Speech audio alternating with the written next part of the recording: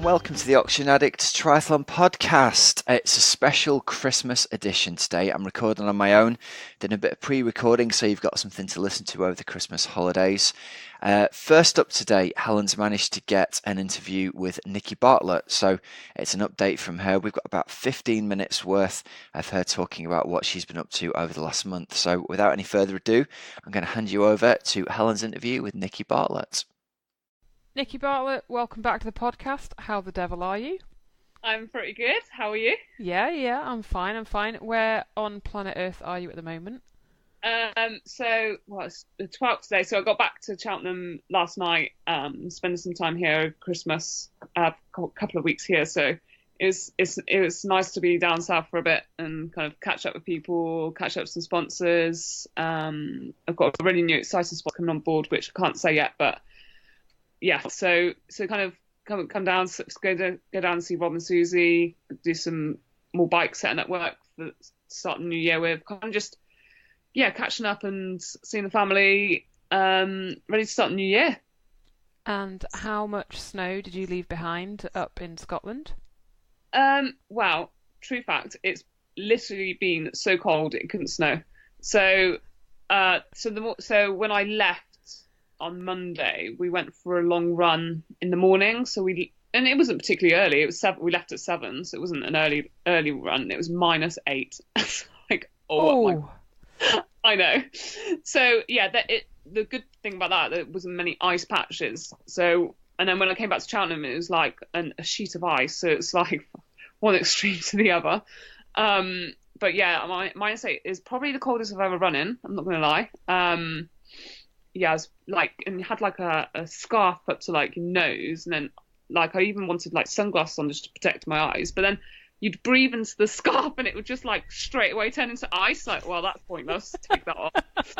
I had exactly the same in Canada last winter. We went for a little run in like, I think it was -25, and that's put -8 to shame. Yep. But it was similar. But then you do still sweat in that temperature, so you've got to be really careful, because then if that sweat does freeze, you're kind of in a little bit of trouble there. Yeah, I know. So yeah, I took mine off, to be honest. Within 10 minutes, I was like, God, why is it so heavy? And I'm like, what? And it's hurting me. And I was like, oh, it's just turned to ice. It's literally frozen solid. I know. And I guess, do you go out on your bike, or when it gets so cold, do you spend the time on the turbo? I just look at and be like, what is going to be effective? I mean, I'm not going to risk ice. Like, I just don't see the point. Like, what is the point? If I came off, I'd kick myself. So if it's any risk of ice, I don't bother. And I've learnt my lesson from that before. When I first moved to Scotland, I was like, oh, I think the ice melted. You go around a corner where there's been shade, black ice, and you're off. So yeah, if there's any risk of ice, I'm on turbo. If it's -8 and I'm like, can I even finish the session? Then I'm on the turbo if I'm questioning it. And also, it depends what the session is. If it's speed focused, I can't push power if I'm that cold.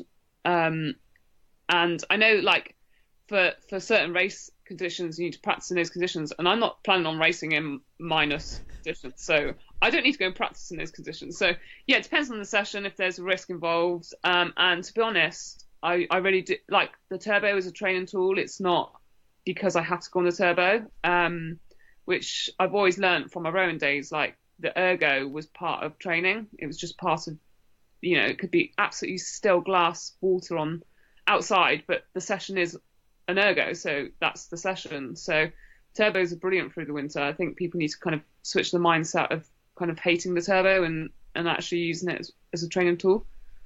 I think that's really sound advice, because I remember the first couple of seasons I really hated the turbo, and then I genuinely grew to love it, because you do feel like you're getting bang for buck, whatever. Yeah, it's brilliant. I mean, there's no kind of free spinning mode. The numbers are on your face. If you're riding crap, it's telling you. And if you need motivation, there's plenty of kind of, I don't know with kind of Swift, or I haven't been on one, or if you need motivation, there's those kind of things to look at, and power for me is enough to kind of motivate me. I actually use Bex's old turbo, which is 12 years old. It's got rust everywhere, but that's enough for me, so that's fine. But if you're looking for extra motivation, there are other options out there. I've heard Swift is very popular and is a good tool if people are looking. But for me, power, and it depends what the session is. But if I find, catch up, I caught up on first dates today whilst trying to do my session, which I actually can't remember any of because the session was really hard. I looked at it and I was like, it shouldn't be too bad. I can try and get away with watching first dates, but it didn't really happen. Guilty pleasures on the turbo. I have a friend who watches Home and Away. Oh, brilliant. I know, I'm not very good at TV programmes and I've got a really bad attention span, so there's not many things I watch really, but first dates I love it. And I remember speaking to you previously, and you actually do quite a bit of running on the treadmill as well, don't you? And is that a year-round thing, a bit like you were saying to turbo? If you have a turbo session to do, there's a reason for it. Is that the same as a treadmill?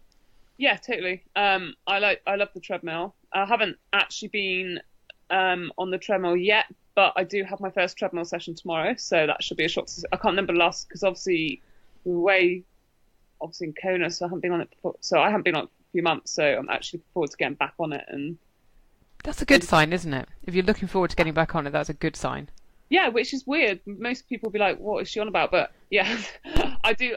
The treadmill's a training tool again, and I do enjoy, you get on with it. There's no, but the wind was pushing me in this direction or anything. And you do need to practice obviously in the wind and that kind of stuff. But the treadmill's brilliant training tool. I really recommend the treadmill and turbo. Kind of, you just need to switch your mindset of, it's not because you have to be on it, it's because it's going to improve you. Correct, and it's a training session. So, Nikki, how does Christmas look for you? Obviously, you are a professional triathlete, but equally it is Christmas. Will you be training on Christmas Day, first of all? I love training, so if someone said to me, I don't want you to train on Christmas Day, I'd be like, oh, well, that's annoying. But I'm not going to obviously take a full day, but equally my family like to sleep in a bit longer than I do, so I can get it done before anyone's awake anyway. I think I did hill reps this time last year. I don't know, something short and sweet. I don't know. I definitely want to get out and do something for sure. I'm not. There's something about it, isn't there? There's something about training on Christmas Day. Like, not necessarily training, but just getting outside and doing something on Christmas Day. Yeah. Even if you just go out and just do like 5-minute easy jog and do like 1 minute on, 1 minute off, and just go out for like 30 minutes. Like, it doesn't have to disrupt the day at all. And that's only if you want to. But I don't know. Like, I'd be twiddling my thumbs all day if I wasn't going to go out. I think actually my parents would be pretty annoyed if I had that much energy on Christmas Day, so they'd be like, just go and expend some energy. And then generally over the Christmas period, there's a lot of different food on offer, that sort of a thing. Yes. How do you approach that? Well, I'm not going to deprive myself, but I'm obviously not going to be like. It's kind of like the same when you kind of go before a race and you kind of prepare yourself for a race. I'm not going to overindulge because it's before a race. I think that's like the worst thing you can do. I'm not going to deprive myself. It's and then as soon as you know it, you're into the year and everything's becoming a bit more strict. So you just got to kind of enjoy yourself and not take life too seriously at this time of year. I mean, it is only December still, and if for most people their main races are like June, July onwards, or so you don't have to be serious yet. Will you have seconds for Christmas? Will you have seconds? Oh yeah, always. I love like ham hock on Christmas Day, but then once I've had that, I'm like, but I want to taste everyone else's meat, so kind of go back and get some more. And pudding belly is separate to main course belly, so it's correct. Always room. Always room. Are you going to be doing any UK races next year? I was thinking specifically Staffordshire and Bolton, because both have announced course changes. You've done them both. What do you think about the alterations? Well, I definitely want to do Staffs. I mean, it was my first pro race in 2015, and I came sixth. And then 2016, I came third.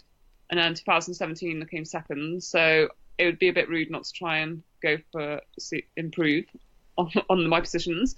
And plus, I just love it. I love the South's a brilliant race in terms of support. And it's literally 90-minute drive from my parents' house, so it's literally up the road. So you don't have that many opportunities where a race is up the road from you. And it's one where my family, like loads of my family, there's usually about 15 of us there, and that in itself is pretty special. Like it forces all the family and friends to come together for that one day. So yeah, I definitely want to do stats. I'm not sure about Bolton. I haven't thought too far beyond Ironman South Africa, and a lot might depend on how that goes. So yeah, I want to do Wales, but I just don't know how it's going to fit. But I'm really missed not doing that this year. Really? Yeah, even in those conditions, I was like, oh, they'd suit me down to the ground. So I don't actually mind about the weather because, 9 times out of 10 you kind of get caught in that weather anyway when you're training. But no, that was pretty bad. I think you probably had one of the worst days. Yeah, pleasant. It just makes it even more hardcore, even more rewarding. So yeah, I was when I was following the race, I was like, I'm so gutted I'm not there. So I want to make that happen somehow. But to be honest, I've got so many races written down what I want to do. I think at one point Rob was like, you do realise you've written 3 70.3s down on the trot. And I was like, I know. I think there was even 4 at one point, and I was like, oh, which one can I jot out? And Rob's like, maybe 2. Will you be doing a 70.3 before you do Ironman South Africa? I think now thanks to this new sponsor coming on board, I'll be able to financially afford to do one, which is brilliant. Because I want to. I'm already kind of, even though I'm not fit, I'm already thinking, oh, I want to race soon. So yeah, I would like to look at doing one before. If not, just mixing it up with some kind of 10k, 10-mile road trail races. Maybe not trail because I'm clumsy, but I'd probably. So yeah, like I'm going down to Rob's next week to sit down and have a chat. I'd like there is one 70.3 I'd like to try and make work between now and South Africa. So we'll see if we can make it work with. But we also don't want to rush getting back into training. It's always a long year, and sometimes you don't realise how long the year is until you're in the middle of it. Yeah. So and April to October we managed it really well this year, and I had a good mid-season break. So I didn't even by Kona. I wasn't particularly I need my season to end. And we might look at racing a bit further on this year in November. So we're just going to see how things go. I've got touch wood. I'm actually going to go and touch wood. I'm touching it. We're touching it right here. I got the niggles. So we'll just see. Maybe we might even enter late. Because everything's progressing nicely, and as soon as you put a race in the calendar, sometimes you're like, oh wow, we've got a race soon, so we need to progress quick. You need to perhaps be doing 2 run sessions a week, or I don't want to suddenly be like, I need to up the load because I'm racing. So I think if we did put a plan in, we'd still stick to a very slow progression, and make sure kind of we're ticking all the right boxes. Yeah, and that obviously worked for you last year. And when we caught up with you, 3-4 weeks ago, you said that you were about to... Had you just started your hard sort of 3-week block, or were you about to, or something like that? How have that little time gone? I'm not really sure. I'm not going to call it too hard. I mean, I'm working really nicely on my bike at the moment, and I'm in a good place already somehow. But this time last year, I didn't have power or a time trial bike, so it's actually nice. I'm doing my first winter block properly on a TT bike with power. I'm reaping the rewards already. I feel. I mean the tough sessions, and sometimes I'm like, oh my god, I'm not sure if I can maybe manage that, but it's going well. So I'm on a bit of a bike focus at the moment. I mean, I didn't really lay off too much on my swim. I tried to keep 4 to 5 swims a week, and now I'm on 5 swims every week with the main focus on 2 to 3 of them being really hard and supporting it with technique and kind of long endurance reps. And that's taken some getting used to, if I'm honest, because I've just joined a group, and one of the, if not the weakest swimmer. And some of these people are literally, they swim so fast. I'm just like, can't get my head around how fast they swim. So I'm finding my easy swims at the moment not that easy. So yeah, it's getting some used to, and then kind of when you're putting the bike work in as well, it's just, yeah, it's going to take some time, and working on gym work 3 times a week, making sure that's going well and kind of strengthening the right areas. But yeah, it's this time of year where you just kind of like, right, who's going to come and join me in the gym? Who's going to make this fun? Because it's always the session you're like, oh, I'm too tired or whatever. It's always a session you think, I'll miss that session, but it's so important. So it's just like, right, who can join me? And actually, we've got a nice little group that it's actually quite fun. I actually don't mind and enjoy going to the gym to do gym. Well, yeah, I've always, when I was rowing, I was like, oh, gym, but we used to do it quite a few times a week when we were rowing, but I've never really been enthused by it. But you're slowly getting it. But yeah, we're making it fun, and we just laugh, and some people can't stay on the Swiss wall for that long, so it's a bit funny when they just fly off. And we were doing walking clams down the gym. I think there's 4 of us at the same time, and this one woman just like burst up. She's like, I'm so sorry, but that's just made my day. But we were just like taking a mick out of ourselves, but we're putting the work in and having a laugh, so it's all good. Entertainment service as well as getting the work done. Yeah, love it. Time of year, I mean, you've got to mix it up. Nikki, great to catch up again. Have a wonderful Christmas, and we will speak in the new year. Awesome. Thanks, Helen. And next up, we decided what we were going to do for these couple of weeks over Christmas was we were going to pick our favourite interview each from the year and then replay them for you. So Hels has picked the interview that she did with Meredith Kessler from back in February. Brilliant interview. If you haven't heard it, it's a treat. If you have heard it before, well, tune in again and listen to Meredith, who at the time was just lining up to complete her 60th Ironman distance race, if you can believe that. So here we are, Helen's interview with Meredith Kessler. Meredith Kessler, hello and welcome to the Oxygen Addict Triathlon podcast. How are you? Helen, I am doing very well, and I so appreciate being a part of this. Thanks for having me. It's an absolute pleasure to have you on. Meredith, Ironman New Zealand is going to be Ironman number 60. What the heck keeps you going for that long? I think, honestly, Helen, I might have a screw loose in my brain, and I just, I caught the Ironman bug. Let's see, I'm 38, and back when I was 21, I caught that bug. I think I used my college graduation money to purchase my first tri bike, and then slapped myself in an Ironman distance as my first triathlon about 2 weeks later. And as painful as that was, and I've said this many times because the joke of that is that I did that, I was on my bike 8 hours for that Ironman in running shorts because I missed the memo that you apparently need to wear this thing called spandex, and it was so painful. But as painful as that was and like learning of that, I caught the Ironman bug, and here we are, 17, 18 years later almost, and we're at number 60. So I'm looking forward to that. It's pretty impressive because, especially in a sport that takes so much out of you physically and mentally, and you look around at, say, footballers or swimmers, or swimmers are retiring early 20s, something like that. It's pretty impressive to keep going.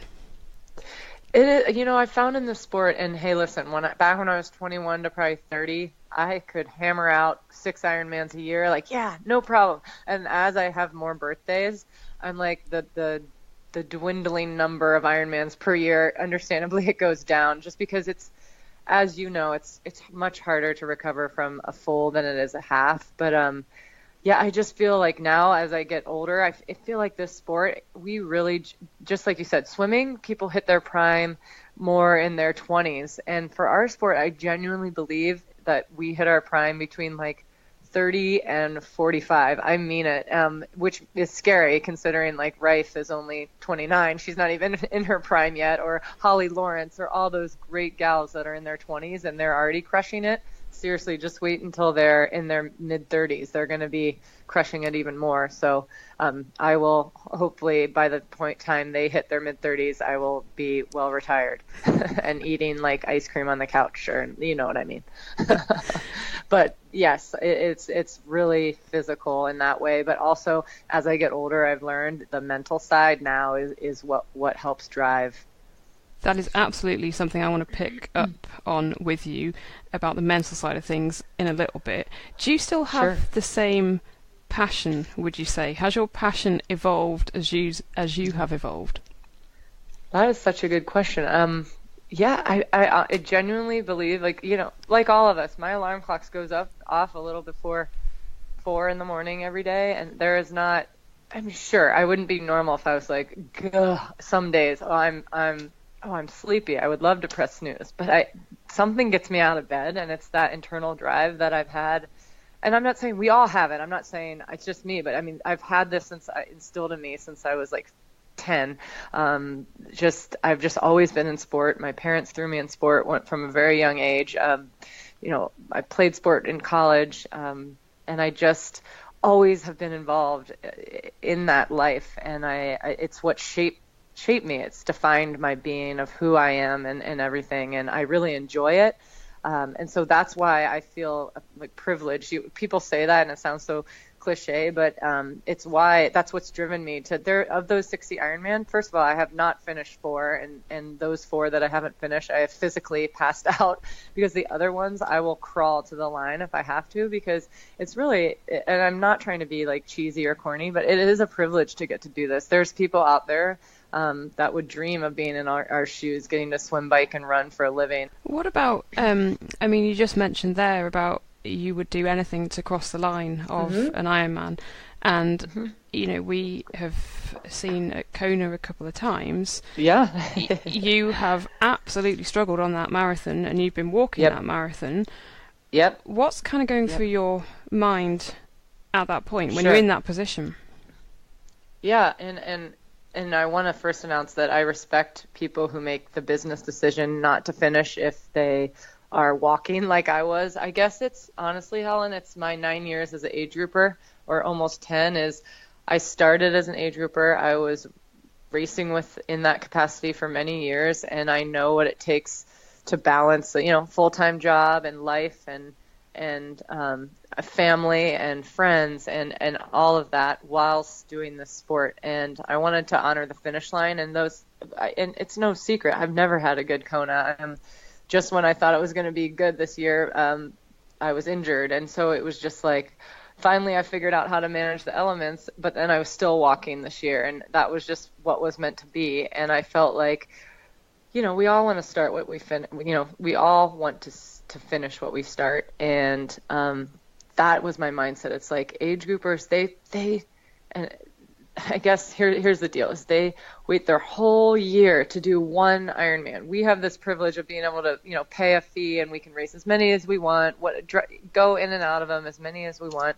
Well, I promise you, those that are towing the line for Kona, they have put all their eggs in one basket, and so to do well at that race, and I'm sure, and I don't. This is another, aside from luck, another word I don't like to use much is sacrifice, but I'm certain that age groupers who are managing life outside a triathlon have had to sacrifice a lot to get there. So I wanted to do my part, I guess, to just finish. And if that meant walking while there, and, you know, they start 30 minutes behind us. So clearly if I'm walking, I'm ending up racing rather in the mix with the age groupers. And it was really specifically not this past year, but the year prior when I really was, I walked most of the marathon actually. I really got to interact with the people and, you know, try to cheer them on even though I was so sick. You know, it's just, that's what we do. And that said, I say that in one light. If another pro decided that, you know, it wasn't their day, they were having a bad day, maybe they got a penalty, they got a mechanical, and they decide to throw in the towel, that is okay. Like, they made the business decision. Maybe they wanted to enter an Ironman 2 weeks later, but I guess my point is that I always do Ironman in Arizona, whether I have a good Kona or a bad Kona, and walking wasn't going to really hurt me in that process, and I wanted to walk jog to get to that line. No matter if you're in you have 17 hours to do it. So if I'm coming in at 12 and a half because I'm walking, you're still honoring the people who are out there from 12 and a half to 17 hours. I think that says a lot about you as a person, Meredith. Well, thank you, but I'm not, and a lot of people do it. Mine always happens to be in Kona on the biggest stage. And to be honest, Helen, I felt like 2 years ago when I finished, and I get teary even talking about it, but I felt like I got more recognition than I had for winning it. And I didn't mean for that to happen. I genuinely just was doing what I finishing when I started. And so I just felt like, I'm like, you guys don't need to say thank you or give me any props for that. I just wanted to genuinely honor the finish line. When you were at that point and walking, is there, in the run up to Kona, you're in that mental zone. In the swim, you would have been completely in that zone, thinking about the process, all that kind of stuff. And then when you take that first step, walking, do you come out of that zone a little bit, and actually are you able to almost enjoy it a tiny bit more? Right.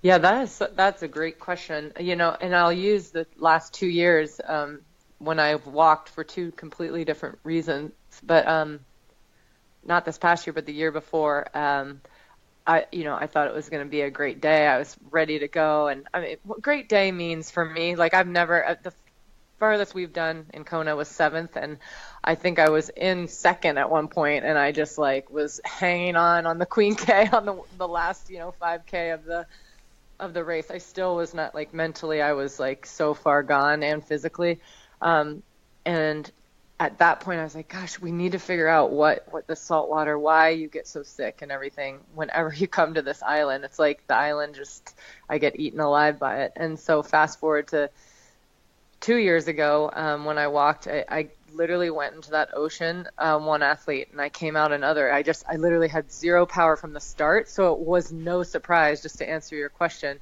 when I got off the bike that I was going to be walking the marathon. I mean, my bike was an hour slower basically than it was this past year even. Wow. So I spent the following year figuring out what makes me so sick in this Kona. And it's funny, how can that happen? Can you be allergic to Kona? I don't even understand. Yeah, it's hot. Yeah, it's humid. Yeah, no. It literally frustrated my entire team, myself the most, because you're the technician. I'm the technician. I don't like using I, me, or my very much in this whole job. It's very much we, us, and our. But my point is that me, the technician, failed. The team had us set up for success, and I failed. Out there, and I needed to figure out what is triggering me to fail, because you're physically ready. I'd slept more than I've ever slept. I've eaten at the right times, and I thought everything was going to be great, and then boom, it wasn't. And so I spent the next. It's funny because if you look at that, then I think 6 weeks later, I raced Ironman Arizona in an 8:48:44. So it's like, what is the difference? Is it the elements? And so my point of saying that is, I did a ton of testing. I went to a local doctor and ton of blood work. And it's funny, and I'm going to kind of fast forward so I don't bore people to tears, but I found out I had mercury poisoning, which is crazy, highest level of it. And don't feel sorry for me. I did it to myself. I mean, I live in Northern California. I ate a ton of fish all the time, lots of tuna. Yeah. But it was causing me to be so sick. And then you throw me in salt water, and you throw me in the heat, and my adrenals, my kidneys were just like, forget it. We can't do it, And so it's funny, it's January 18th. I have physically not eaten one bite of fish in a year and 2 weeks. I literally had to go cold turkey. And then so between that and then hooking up with Red Bull is obviously one of my main sponsors. And I did a lot of testing with them to figure out, my hydration levels. It has nothing to do with Red Bull, the product, but I do incorporate that with water into my life. But that's a separate thing. This is more testing of my kidneys and my lactate and all that good stuff to figure out how much sweat I'm losing, how much sodium I'm losing. And then I went to Daryl Griffiths from Shots Nutrition, and we kind of dialed everything in forms of how I'm going to get my calories out there on the road. And we eliminated fructose within, because let me tell you, I eat sugar when I'm like a normal person. I mean, out there on the roads, when you're racing, you've got to limit that and have the proper amount of sodium. And so between the mercury and then uniting with Daryl and then my Red Bull testing, we kind of figured out a plan. So then you fast, and everything was going well. I was feeling great. I was training in the heat. Yay. Okay. And now let's fast forward to 2016 Kona. I got out of the water and I was the same person. It was like, what's funny about it is I was most concerned about the swim for Kona. Like physically, I felt prepared in the bike and run. And sure, I was coming off a very bad injury when I told you earlier I had to get out of Roth. I couldn't do Worlds 70.3 in Australia. I couldn't try for a 5P at Vineman 70.3. It was, my injury happened pretty much around Ironman New Zealand last year, and I spent 2016 injured.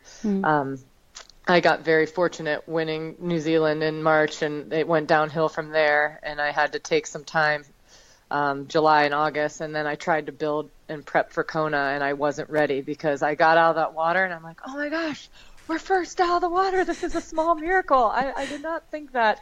And when I say first out of the water, okay, it's by half a second. Like basically 10 of us should have got first out of the water. For some reason, I just pranced out earlier. It was ridiculous. We all should get that title. Anyways, but then I got on the bike and something was just like triggered out there in my leg. It was, but my head, like my normally I'm so messed up by the time I return from Javi that I can't even like speak. I'm like done. My whole kit is all salty.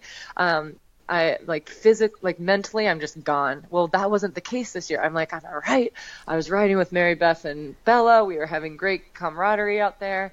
And I get off the bike. I think came off the bike, third, fourth, fifth. We were all in a little pack there.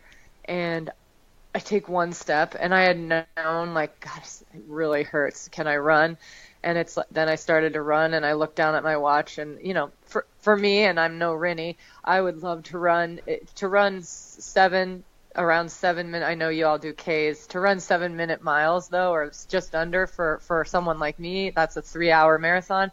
Yeah, that's great. Well, I look down at my watch, I'm going like 9:20, like, because I'm in so much pain. I'm like, oh my gosh, why? Everything we were like, I knew I was starting it maybe at like a 2 out of 10, but I didn't think I'd go straight to like a 9 out of 10 pain level. So yeah, that's when I made the decision, you know, I'm going to run. I actually in the energy lab, this is a funny side story. Leanda came up on me on the Queen K, and you know, she's a good friend of mine, and she goes, we're run. I'm like, I'll try to run with you as long as I can, and then I need to walk to give my hamstring a break. And she said, can you believe I effing won this one year? I just love her to death. I was like, yes, I can believe it. Now keep going. And she finished like a champ that she is. She is, and I reminded her, you are a world champion, double. She just, you know, made me laugh. And when I got to my Advil, or rather my pain meds in the energy lab, I was able to jog the way home. But you know, that's our sport. And honestly, Helen, people think I'm dumb, and I'm okay with that. They think it's stupid that I was vulnerable and put myself out there to fail. But that's how I roll, is I'm not afraid of failure. We all fail. It's what we do with that failure later. I've failed in the past. I'll fail in the future. That's just the way of the world. And I guess, and this is like, I've always said this, is we like can never let success get to our head, but we can't let failure get to our hearts. And that is so important, not only in sport, but in life, whether it's a bad meeting at work or something in your personal life, like you just can't let it define you. And so we tried to pick ourselves up. And let me tell you, the promising side though of Kona was, as terrible as it was, I mean, I basically got last place, right? Is that, oh my gosh, my head, I was with it. Like I was actually present. I was like, I can talk. I didn't even think about the heat. Let me announce, that was the first time like ever. I mean, sure, I was hot, it was windy, but it wasn't my focus. In prior years, I'm like, it's death out here, you know? So props to Daryl and Red Bull and my local doctor who figured out my drama. And so then I got to Arizona and I was like, oh my gosh, okay. Arizona is my jam. Like, for some reason, I can't go in an organic saltwater ocean and feel like myself, but I can go in a man-made lake with like dead animals in it, and I feel great. And yeah, and Arizona worked out. I had to give up. Another race I had to give up was Island House Try, and I just, once again, I don't use that sacrifice, but there's no way. Like, if I can't even run Ironman pace, how am I going to run? You might struggle against distance? Gwen. Yeah, like, please, all of those gals. There's no way. And so I had to give that race up and focus on Arizona. And, I kind of had a replay of Kona at Arizona. When I got off the bike, I was like, it still hurts. It still hurts. But I looked down at my watch and I was like, all right, well, you're going 6:40 pace. How long can you withstand the pain? And then I swear, Helen, like, this goes back to how people say you shouldn't even start the race if you're like injured, or but like we all should use races. Not everyone's different. I use races to find out, sure, where I am in fitness, but where I am in injury. And honestly, I think Arizona, and then backing it up with Taupo half, like, I genuinely think it helped heal my injury, because at mile 18 of Arizona, I was like, well, I'm numb all around, and it ended up being a good day for us, and it was worth it. And I wasn't worse after the race, and if anything, I feel like my injury got a little bit better. So it's very strange how that works, but sometimes I think we need to test it. Sometimes it works out, and sometimes it fails, like it did for me in Kona. And that went on way too long. I'm sorry. No. No. I was going to say that I have heard that before. That I remember Rob, who we do the podcast together. He had the same issue, and I think he went and ran on it, and it was he did something, and it was all fine. And he was like, "How the heck did that happen?" So, yeah, it's so weird, isn't it? The body is so trippy. I swear. It is. It drives me nuts. And then one time, and then I hate it the next day, and then the next day I'm like, yes, you can be resilient. It's amazing. Let's touch on the mental side of things then, because I know one of the listeners, Neil, who had got in touch, and he said that he was out running yesterday in the sun, probably not yesterday because it's not been particularly sunny here, and letting my mind drift. It dawned upon me that all the running, biking and swimming in the world doesn't prepare you for the mental anguish of the last 10 miles of an Ironman. Using whatever trick you can, you must divert attention from the burning legs and lungs and push on through. So, do you have any, what mental tactics do you use? Yeah. So my one as of late, I'd say in my older years as I've learned, and I can give you one from when I was like 21 and 22 is when you're young and vibrant. You almost don't even get to that dark goth place. But I remember I definitely did, my first Ironman especially. But I think you have vibrancy there as being so young and youth. But in my past 10 years, I promise you that what I think about first when I'm in the goth, dungeon of doom out there is I think about, I kind of touched on this before, but I genuinely think about those who cannot, whether it's a training partner who got injured and can't be there, someone, a fellow competitor is sick. Like, I don't wish that on anyone. I want everyone to start out healthy and give it what they got, because if you win a race, you want to win off of good merit and, good racing. And so I guess when I'm in that pocket of doom, I'm thinking about those two that would want to be in our shoes and basically suck it up, Chuck, you get going. And because a lot of people would want to feel what you feel right now. And so I'm really adamant about that, because I know too what it's like to not be able to be out there when you want to be. And I've had peers and colleagues, right, that race that have had to take a year or a year and a half off because they're injured. I think of Helly Fredrickson or Lindsay Corbin, they would dream of being, when they were injured in previous years. And I think of, my God, they would love to be out here right now. So quit your complaining, quit your whining, and start running or whatever it is, and eat more. Like I eat, you can tell Neil, grab some calories, grab some hydration, and get going. What about those mornings when you just don't want to move from under that duvet, even if your alarm's going beep, beep, beep, beep, beep, beep, beep, beep, beep, beep, beep at 4 a.m.? What about those ones? It was funny. I was kind of just asked this question about what do you do to make, like, if you feel that way? Well, there's two things I think I said, and because it's in our sport, as you well know, and in life for people, even you have to be organized. So like, how much more gusto would you have if you knew, oh my gosh, my suit's already laid out, my bags are all packed, I already have my bottles made in the fridge, I've got my snack for after, I'm like, my coffee is ready for me to press the button, right? Whatever. So like, I'm all about organization. Like, that is key. Like, and even my husband, before we have dinner, I hear, did you pack yet for tomorrow? Because that means like, he knows it's going to take me a little bit and just to do it so we can watch our show and have dinner, and I'm not fiddling around with it later. So point is, because who at that time in the morning wants to like fill bottles and like pack their clothes, and then you're bound to forget something, right? So lay it all out the night before. That was number one. And the second thing is of most important, as I have in 3 different areas of my place, and this is a say, it's not even a saying, it's just like a few words that I have it in 3 places in my life. It's on my alarm clock, on my refrigerator, and on where I brush my teeth, like just in the corner of a mirror. You can barely see it, and it just says, or rather you can see it, but like if we have guests, I can easily take it down so it's not annoyingly weird. But it says, remember what you feel like after. And that's all. It's just, I had it honestly in high school. I'd run 10 miles before school. Just like, that was my like feel good wake up time, think about life, plan your to-do list, whatever it is. And then I'd go to school.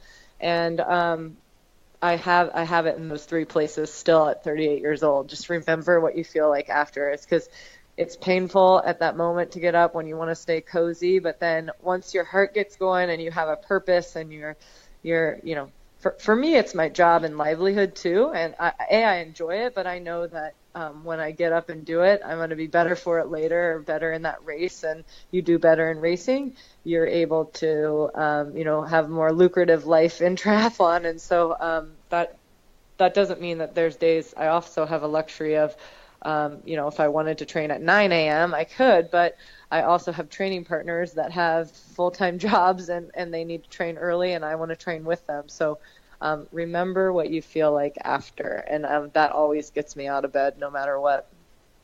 I love that tip. I'm going to take that one to bed with me tonight. Ready Slap for the it on morning. your, like when you open one eye in the morning, it's like, remember what you feel like after. Ugh, yes, get up. Totally. So when you were like a teenager and, Yeah. late teens, Yeah. obviously doing lots of sport, at that point, did you think, I want to be a professional sports person? You know what? I didn't know it was like, gosh, I always dreamed of being a professional athlete, whatever sport I could muster. I grew up playing soccer. I grew up swimming. And it's funny, I went to a high school that didn't have soccer, but it had field hockey. So I had to switch sports to field hockey, still swam. But then in college, I ended up getting a scholarship for field hockey, which was awesome. And I chose that specifically over, swimming, because it was more teamy. And I found swimming, which I loved, but it's so individual. And I kind of knew that after college, unless I played field hockey for the Olympic team, and I didn't, there's no real pro field hockey life. And I wasn't good enough nor did I want to be, that wasn't my thing, to be, a pro swimmer, if you will. And so then when I was telling you I was 21 and I had heard of Ironman, I had seen Kona on TV. I'm like, you know what? There was a local Ironman close to where I live in Ohio, and I was like, I'm going to do it. And that's when I bought the bike, and it was actually very fun. But to think of 8 hours on the bike, your first one, never been on a tri bike before, like aero position, what? So it was like, as I was like, go like kind of swerving in and out in aero position, my first race, I was like, maybe I should have started with an Olympic distance, but that's okay. So I always knew that I wanted to be like an athlete. I just didn't know how I could do it. And then even when I started that back when I was 21, never in a million years did I think I could make my hobby my job. It became my hobby, and then it got more and more my hobby, and then it was like 9 years. I was like, oh my gosh, I can do this pro thing now with it. But then I did, but I never really felt like a true pro, because my first 2 years of being a professional, I had a full-time job as well, and so it never really felt official until you omitted that, say 60-hour work week, and could solely, like, I just remember swimming in the pool at like 9 a.m. on a weekday and being like, this is so trippy. What's happening here? Just, you know what I mean? It's just, Yeah. It's like, it never felt official until then. And now here we are 8 years later. And it's like, it's funny. I can't imagine what I would do if I had those 60 hours back, but you adjust as needed, and you have to set the foundation up and everything. So, I'm very thankful that at 38 I can still do it. And I hope to be able to do it into my 40s. Yeah. That's awesome. And how did you used to have like 3 jobs at once while you were training still as an age you're grouper? so good you're so good to remember. But like understandably, and we are coming out with a Life of Triathlete business side book coming out, because understandably pros, they think that once they can get their pro card, they're suddenly going to make $100,000 a year or whatever it is, and they're good to go. They're ready. But unfortunately, in our sport, we're all squirrels trying to get a nut with sponsors and everything. It just doesn't work like that. So when I say you got to set the foundation up, and this is what we learned and what we've written down, and that's why I wanted to share it with future pros, is that, I worked in finance at RBC Capital Markets, and then I also coached 12 people, and 12 is, by the way, coaches are awesome. Like 12 was my absolute max, just because it's, understandably it's a lot. And then I taught cycling classes at indoor CompuTrainer place, rather, and indoor cycling studio. And so then I was a pro triathlete. So I was nutty, though, with those 4 things. And then you have to take a bird's eye view at your life and be like, all right, something's got to go. And so I dwindled the big thing first, which was the finance, right? The RBC. That went away. But for a good other year and a half or so, I was coaching, teaching, and then pro triathlons. Do you ever miss the corporate world in the sense that you had been working in it? Mm-hmm. Do you ever think, what if? Great question, Helen.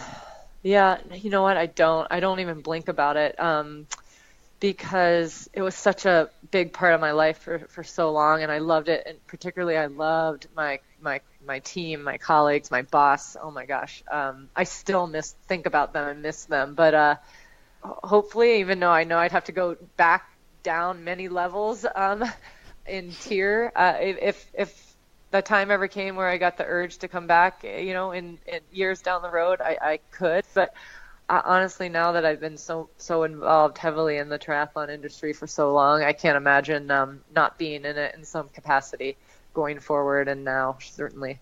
You mentioned coaching, and you were with Matt Dixon for most of your pro career, weren't you? But you sort of left him, last year? So how's your coaching working now, and what did you learn from Matt?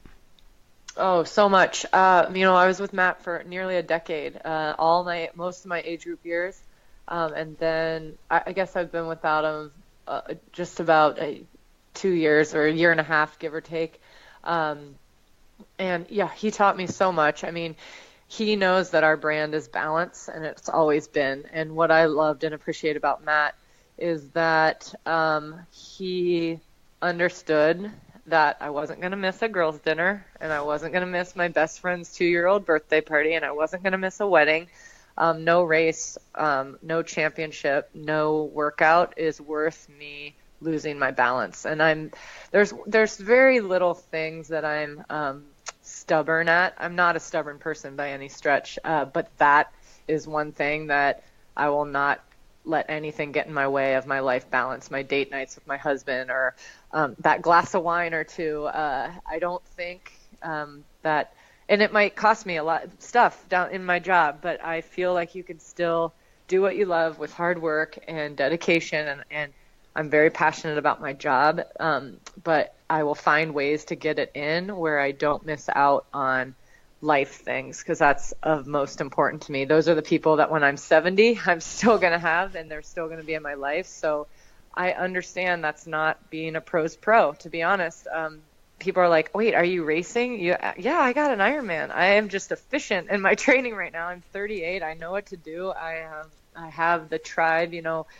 Leaving Matt was very hard for me. It's still hard for me, to be honest.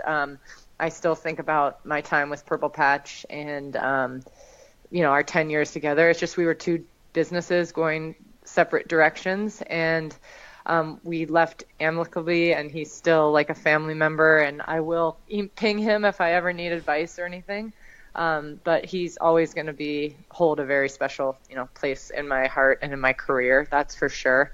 Since I have left the Purple Patch umbrella, basically Kate has always been my strength coach for the past 8 years. But then I've asked her the last year and a half plus since I left Matt to just monitor the bike, and she's my strength coach. So I see her a lot during the week, and she knows what makes me suffer and what makes me tick, and so that's been really great. So she's like my strength bike person. And then Jerry Rodriguez out of Tower 26 in LA. Yep.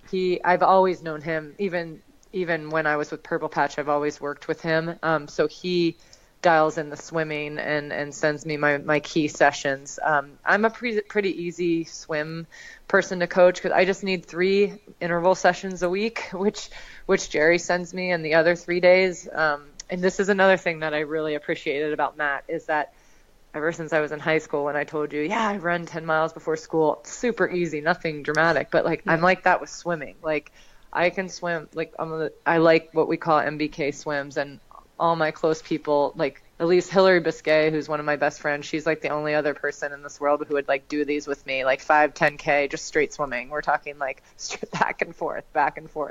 It's just my yoga time. I just feel very at peace and chill. It's just my chi enriching time. Other people would probably get that in a run or something. So I totally get what you get what I mean, right? Yeah, you just happen to have it in a pool. Yeah. So Jerry's been great. And then I just started working with Sean Jefferson, who I have been eyeing for so long just to try to work with, but I never felt comfortable asking him, because I just couldn't properly run train last year. I was just trying to get by on with my injury, and he works with Holly Lawrence, and she and I are close, and I said, Holly, I need some Ironman training help, and I've been watching Sean. You okay with this? She said, Mare, of course. So Sean, now that I can properly run train, he's been great the last few weeks. We're all trying for that best marathon within an Ironman, and so I'm hopeful between his expertise and knowledge, I can try to do the best I can now that I feel so much better. It's amazing how much better we can run when we are, our body's behaving, if you will. You mentioned the strength and conditioning. Did you do much when you were an age grouper? And what does a sort of typical session for you look like? Did you do, a couple a week? Yep. So I'm about 75 minutes with Kate twice a week. And then I do core on my own, another, 30, 40 minutes a third time a week. Let me answer your question about the age grouper. That was one thing, and I bet you most age groupers will say the same. That's the one. And by the way, if I were an age grouper now, I'd think differently. But that's the first thing as an age grouper, understandably, to go, because you want to be so efficient in your day and in your life, and it's shoot, I need to get this 30-minute run in. Forget strength training. Even with Rich, he's just is so busy. He's a CEO. It's he physically does not have time to get, he's a father of 2, a husband. It's how do you find that 2 hours a week or whatever it is to get it in? And so to answer your question, when I was an age grouper, that was minimal. I did core a couple times a week for 15 minutes. And then I think towards the tail end of it, obviously once I met Kate, so that was probably 6 years ago, I've been religious about it, because I really do believe, that it prevents injury, and it obviously keeps, we do a lot of stability and mobility and a lot of balancing and, engaging the core and the hip flexors. And for me right now, my butt cheeks, just to keep the hamstrings healthy and all that stuff. So it's marquee. So I would rather now give up that run if I need to get the strength in. Yeah, and that is where it's almost that difficult dilemma, isn't it? Because as you say, you see it in your training plan, you're thinking, oh, I've got to do that run, but actually, sort of longer term, is it more beneficial, you know? Yep, absolutely. And it is. I mean, the answer is it is. As we all know, it's just people, it's so easy to give up, right? Because, oh, I got to get this bike in or this in. So, yeah, making the time is the hardest part for people, understandably. Totally. Right, fast forward a couple of weeks, you're going to be in New Zealand. Yes, we can't wait. We're giddy little schoolgirls. We're excited to go back. Gosh, I mean, that will be, Erin and I were laughing because it'll be I've raced in Taupo 5 times with the full and twice for the half. So 7 times in Taupo, but I've done Auckland twice too. So 9 times to North Island. And we've never been to South Island. That's like terrible, right? So we're going to venture out to South Island after the race this year finally and try to scope out, just see what we always hear about. So I look forward to that. But we're excited to get back to our home away from home. And we keep saying, we got to look for real estate this time. Someday. Could you see yourself living out there one day? I don't think living, but we'd love to just because our home is America. Our family and friends are here, but I can see us having some form of like cost-effective vacation home for our family and friends, just to show them what we love so much about New Zealand, because we've really embraced the culture. And specifically, Erin loves. We go to this fly fishing lodge after the race the past several times called Poranui, and just the staff there. It's Erin is my Sherpa all week to help get prepared for the Ironman, and then I go to the fly fishing lodge and try to help him, which consists of me sipping coffee and chilling while he's fly fish, like so strenuous. So anyway, we love it there. Why have you been so successful there? Let's talk about the course first. It's a lake swim. It's cooler weather. I train and live in the Bay Area where it's between 10 and 15 degrees basically, or whatnot, Celsius.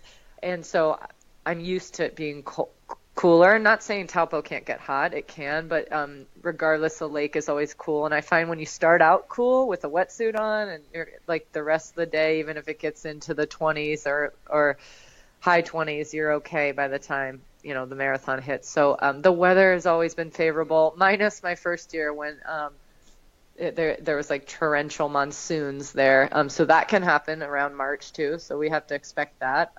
But then the bike course just seems to it can be windy, and it's a power course. And because I do so much indoor training to be efficient and keep that life balance, and because I genuinely enjoy it and I feel like it's safer, it's, power-based, efficient, effective. And I was like that even when I worked full time. I literally, that's how I got into indoor cycling. And even when I became a pro, I kind of kept that. And that's been really helpful for courses like even Kona in New Zealand. Like they're just it's not technical. It's like, it's pretty, there's no crazy downhills. There's like one uphill, and it's not even a big deal. But I actually like hills because we train out on hills when I am outside. But and then the run is 3 loops, right? You get all the energy from the crowd. And so the course is obviously a big part of it, but also it just, when our toes touch in Auckland, you just instantly feel this good energy, and the people help make it that way.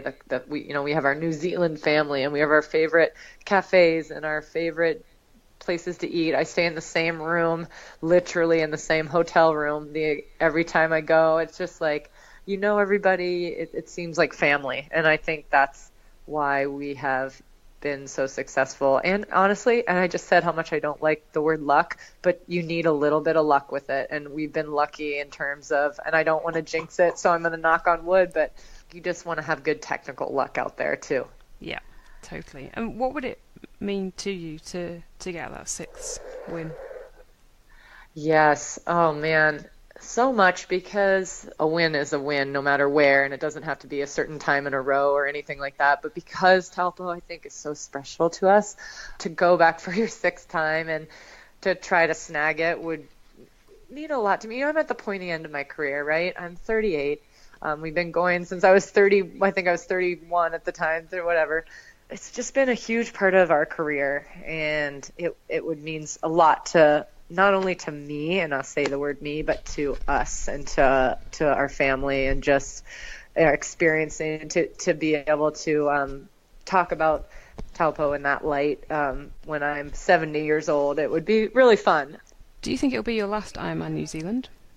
Oh no, definitely not. Nope. Until these legs won't stop working, I'll be like the old creaky woman. Like I don't plan on not doing it anytime soon. So I really hope to be there a handful more times as a professional for sure. Love it.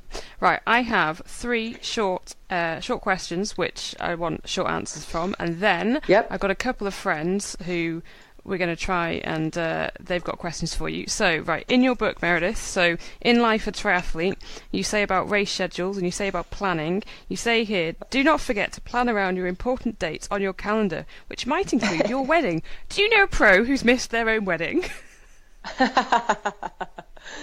No, I know. I was being facetious there, like, hey guys, let's make sure we plan around our weddings, right? I've just seen, you don't want to miss the important things. I kind of went into that, right? I liked it. It made me giggle. Right.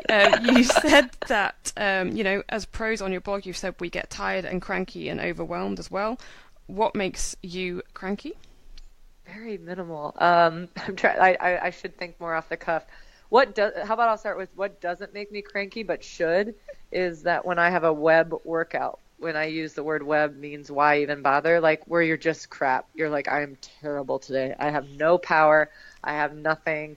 And I've seen, understandably, people that they just get, it's like a bad business meeting. They stink, they're like, it just didn't go well. And so, but I honestly am like, well, that stunk, on to the next day, and so I don't let that get me cranky. Right, final quick fire last question is when is your next book in the Life of a Triathlete manuals coming out?